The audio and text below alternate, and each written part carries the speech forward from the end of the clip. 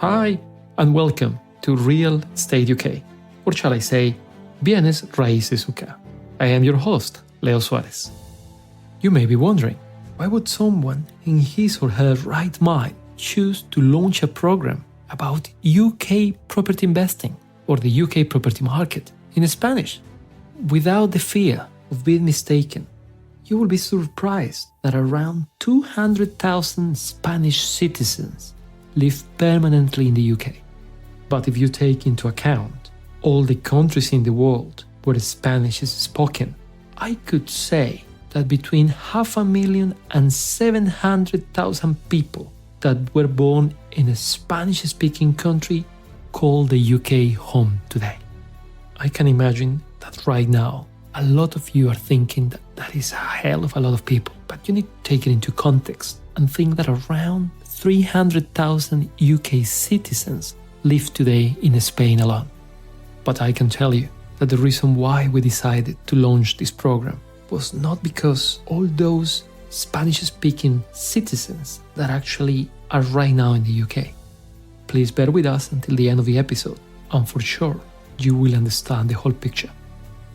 Probably some of you may be thinking that anything related to immigration right now is a very controversial topic.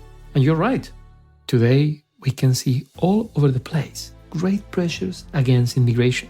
A clear example of that is in the US, Mr. Trump talking about building this wall to keep out the Spanish-speaking people from Latin America to enter the US. Well, we don't have to cross the Atlantic to find examples of movements anti-immigration. Here in the UK, Brexit was clearly fueled by the feeling of immigrants taking over UK jobs. As a result, no one can deny that the free movement of people around the world is being made harder and harder. But you will be surprised to find that the free movement of money is not something that governments and people are against. On the contrary, it's heavily promoted. In this episode, we will be talking about three things. First, the three pillars of the property business that provide a great opportunity for people that are Spanish speakers to participate in the UK property market. How the UK property market provides a win-win scenario for both, for the people here and the people abroad. And finally, why investing in UK property is so attractive for someone that is based in Latin America and how you can benefit from it.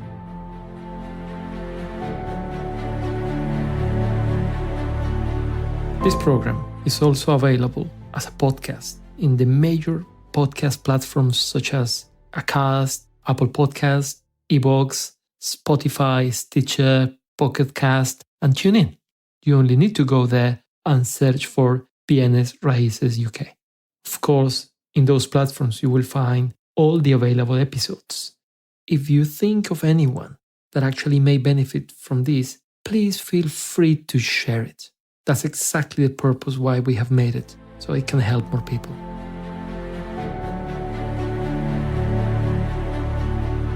So without any delay or further introductions, let's dive into the first topic, that is the three pillars of the property business. Please imagine a triangle.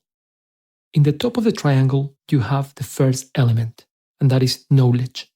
By knowledge, I mean all the technical aspects that a successful property investor needs to have. That is the knowledge of the industry, of the different business models of the industry, depending on which one you want to use. If you are doing refurbishments, or if you are doing new builds, or if you are managing a portfolio, you will need to know the rules and regulations that you need to comply with. And you need to have a special skill set and a special toolbox of the things that you need to do, the things that you can do, the things that you cannot do. More importantly, if you don't have the knowledge, you need to know who has it and how to tap into that knowledge.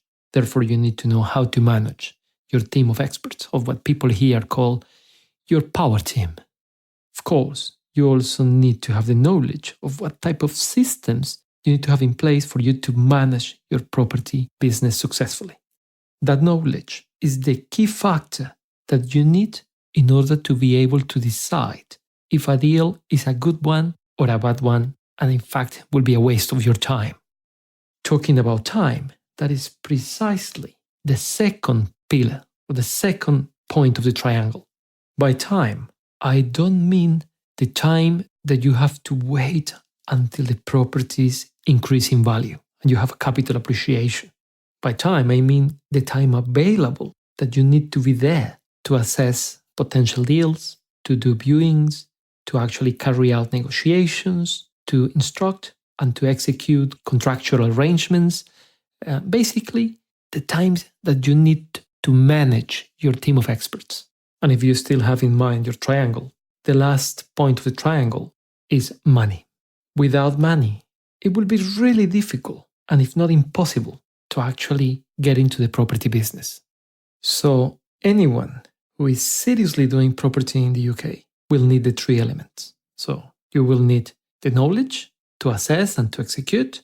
Then you will need the time, actually, because it will take time. It involves people, and whenever people is involved, negotiations will take longer. Therefore, it will require time. And finally, you need the money to acquire, refurbish, and run your business. So you need money to create money.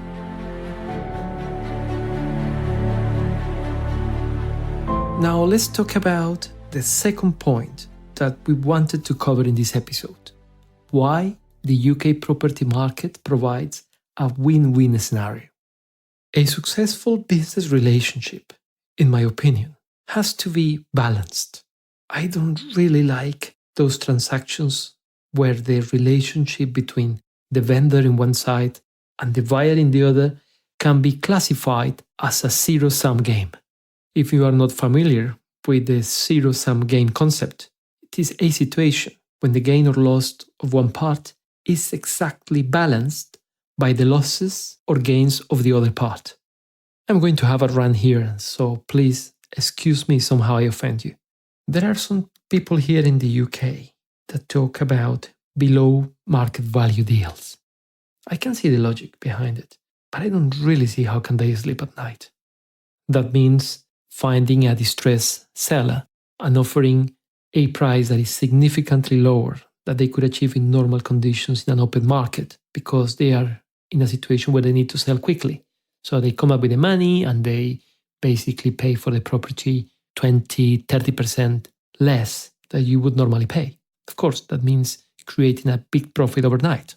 So I wonder, how can they sleep at night, knowing that they are better off when the other side or the vendor is worse off?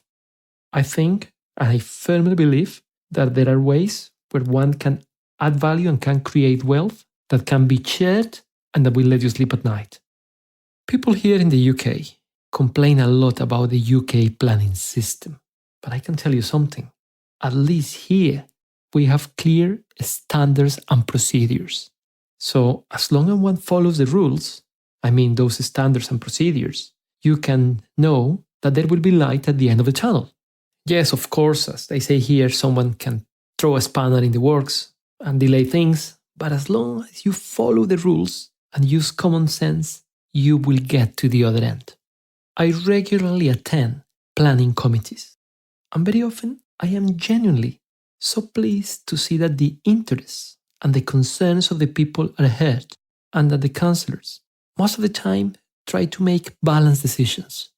For those of you that do not know what a planning committee meeting is, it's basically where an application to build or to modify a building or to change the use of a building is actually granted. And that is something that takes place in the local planning authority offices, where there are the planners involved, where the community is as well.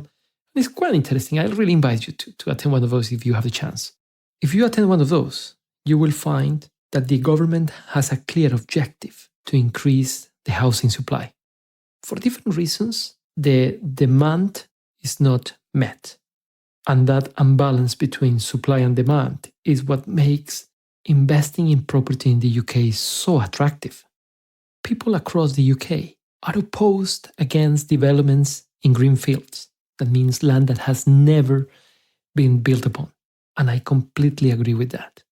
The solution to that is to go for the redensification of what they call brown fields. That is basically sites that are within the cities already, that have been built some time ago, and that can be improved, where actually densities can increase or buildings can go higher, etc. Planning decisions are based on planning policies. And the planning policies are fully supportive of development of sites that incentivize the use of public transport, walking, cycling, and rail travel. Transportation plays a big role in how a development can be made sustainable from an environmental point of view. The national policies also establish that development should not only be prevented, but should be refused on transport grounds. As a result, local policies tend not to permit development proposals that generate volumes of traffic in excess of the capacity of the infrastructure that is already in place. We need to start thinking seriously if every household needs a car.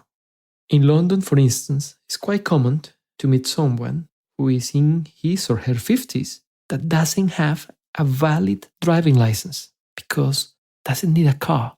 They are used to walk, they are used to take the underground, the trains, therefore they can get by without owning a car. And the younger generations that are so used now to what they call the sharing economy do not really see the need to owning a car when they can rent it on a pay-as-you-go basis.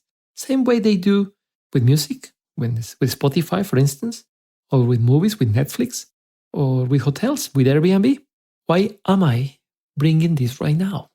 The reason I am bringing these planning guidelines is to demonstrate that this is where the country is moving. We are going to have even denser cities. We are going to have cities growing up rather than going towards the ends.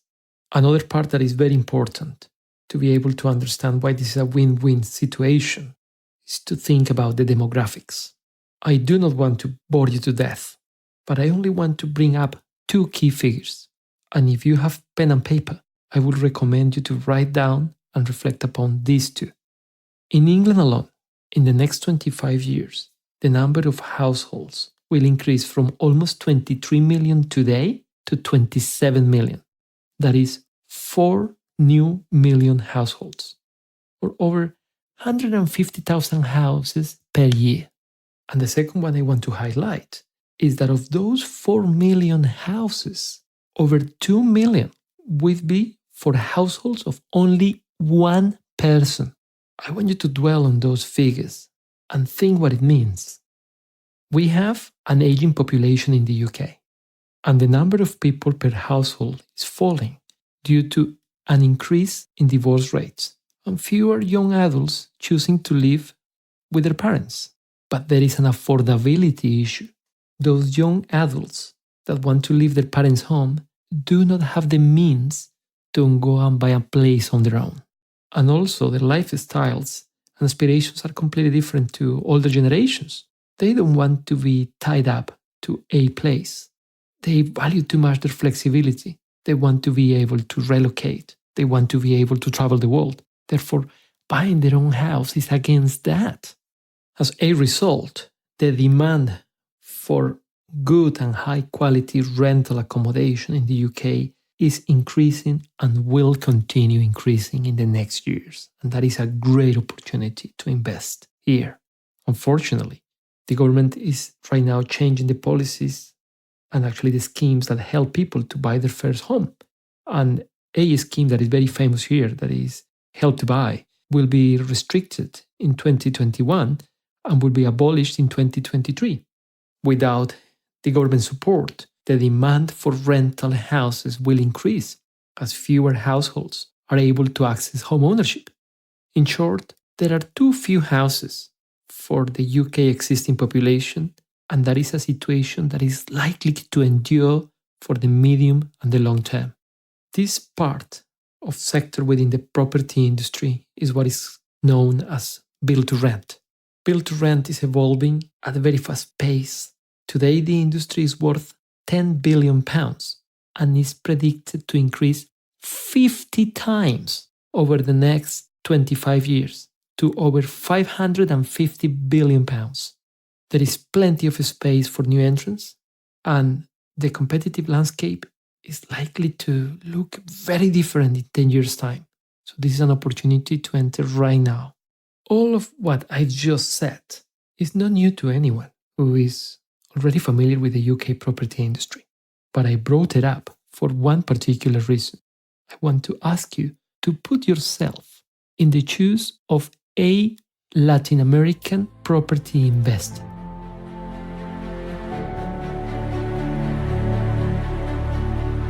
Right now it's time to talk about the third point that we wanted to cover in this episode, and is to explain why the UK property market is so attractive for someone who is in Latin America and how you can benefit from it.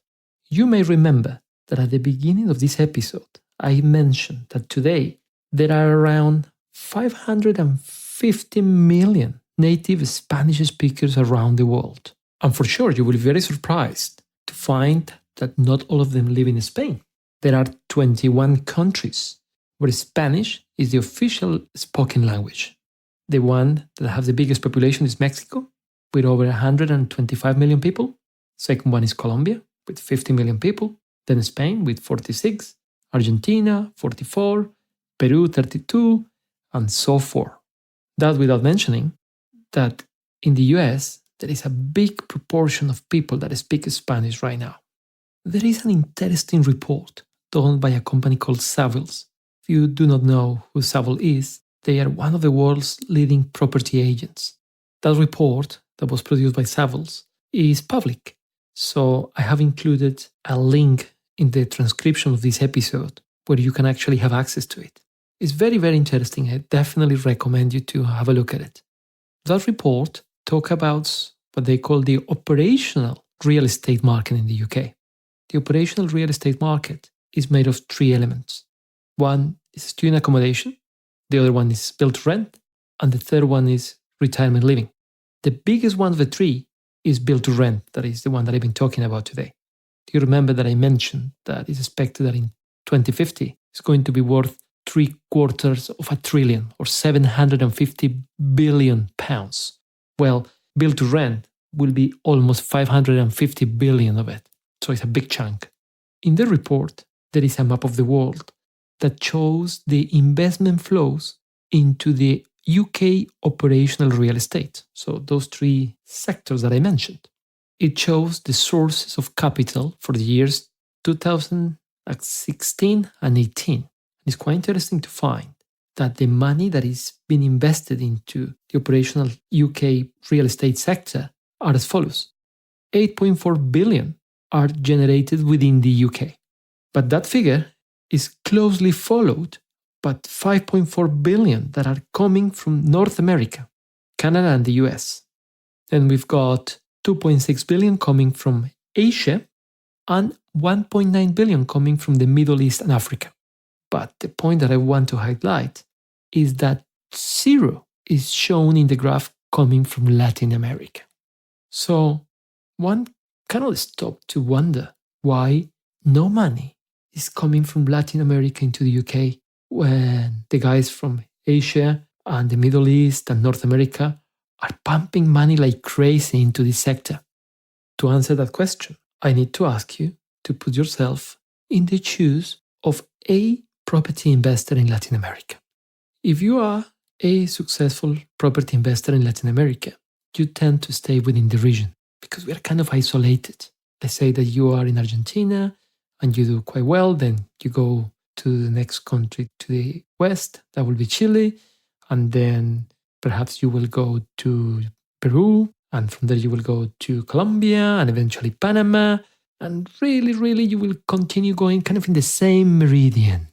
Those really intrepid property investors will venture going to the US, but not everywhere in the US.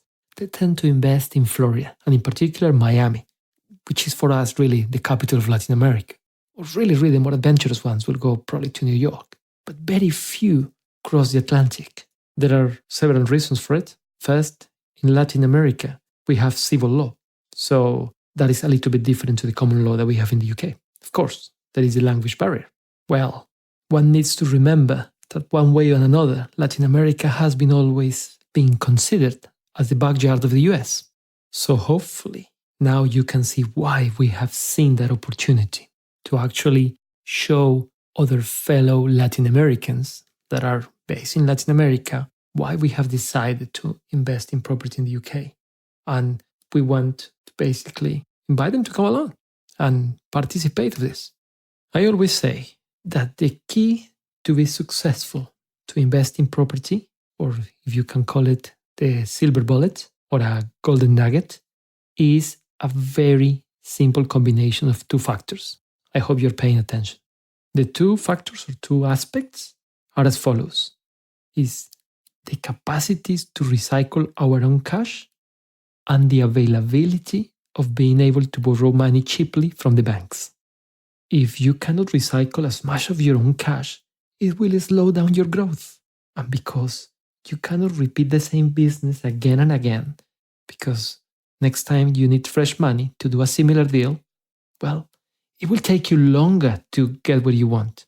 And when you borrow money at very high interest rates, you cannot have a highly leveraged portfolio. The build-to-rent market in Latin America, and of course it varies between country to country or within cities within the same country, but one can say that rental properties in the region yield around 6% per year. That means that if you have a property that is worth £100,000, it will generate rents of around £500 per month or £6,000 per year. And it doesn't really matter if you are thinking about pounds or US dollars because the principle is the same. So you get 6% coming in every year. The problem that we've got there is that interest rates for investment properties could be somewhere between 10, 15 or even 18% per year. And more importantly, banks will only be willing to lend you up to 70% on a capital repayment loan. Yes, you heard it right. It's roughly 10 to 18% on a capital repayment loan. But it doesn't stop there. Hold your thoughts.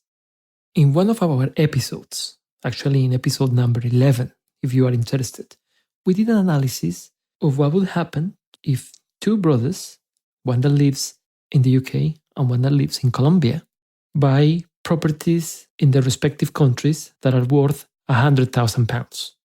You will be very surprised to see the net cash flow of each investment. If you want to see the details again, they are in the description of episode 11. But just to paint the picture, once you have included the insurance, the taxes that you have to pay, because in a lot of countries you have to pay taxes, not like here in the UK where you pay stamp duty when you actually buy the property. There you pay taxes every year regardless if you have the property rented or not. So in Colombia, for that property that is worth £100,000, the net cash flow per month is minus £433. That means that you need to bring money from somewhere else to service the debt. Whereas here in the UK, for a property that is worth £100,000, you can have a net positive cash flow of around £114. That is a game changer. And that's why we believe it doesn't make any sense. I am terribly sorry to say this, being from Colombia originally, but it doesn't make any sense to invest in BTR or build to rent in Colombia right now. But as I said, that is not the whole picture. The differential in interest rates is not the only factor that makes the UK so attractive for anyone from Latin America right now. We have here in the UK a low corporate tax rate. It's going to be 17% from 2020, compared to between 25 and 37% in the different countries in Latin America. In the UK, we have also a safer jurisdiction. Unfortunately, a lot of countries in Latin America are going right now through very difficult times. A good example of that is Venezuela. A lot of you know what is happening right now. It's a real shame what is happening with Venezuela, a country that has got it all. Argentina, it's not far away.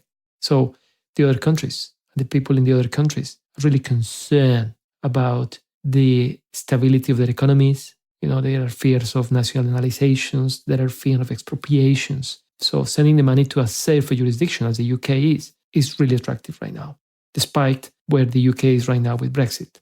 This is really a walk in the park compared with the issues that we got back in Latin America. There are some tax issues as well. You will be very surprised that in some countries, Colombia being one of them, we have a tax reform at the end of 2018, where actually we created a withholding tax on dividends of 7.5%, which is really outrageous if you put that into context where you are already paying 37% corporate tax. So when you combine those two, it's like 45% altogether. But luckily, there are some mechanisms that have been created. When a Colombian company comes and invests in the UK, you will have a withholding tax credit, which is very beneficial because that means that you, or a Colombian company investing in the UK, will not pay that 7.5%. Something that is really important is that in November 2016, a double taxation agreement was signed between Colombia and the UK. It still needs ratification from the Colombian Congress and is expected to take place at the beginning of 2020, but it will mean that Colombian companies investing in the UK that do the investment, of course, over the table to the right channels, that is registered with the Colombian Central Bank. This is very, very technical, but it's really, really important to comply with corporate and tax laws at both ends. Because if you do that, eventually they will be able to pay only corporate tax at the lower end, which is the UK rate. That would be 17%. So the differential between 37 and 17 is massive.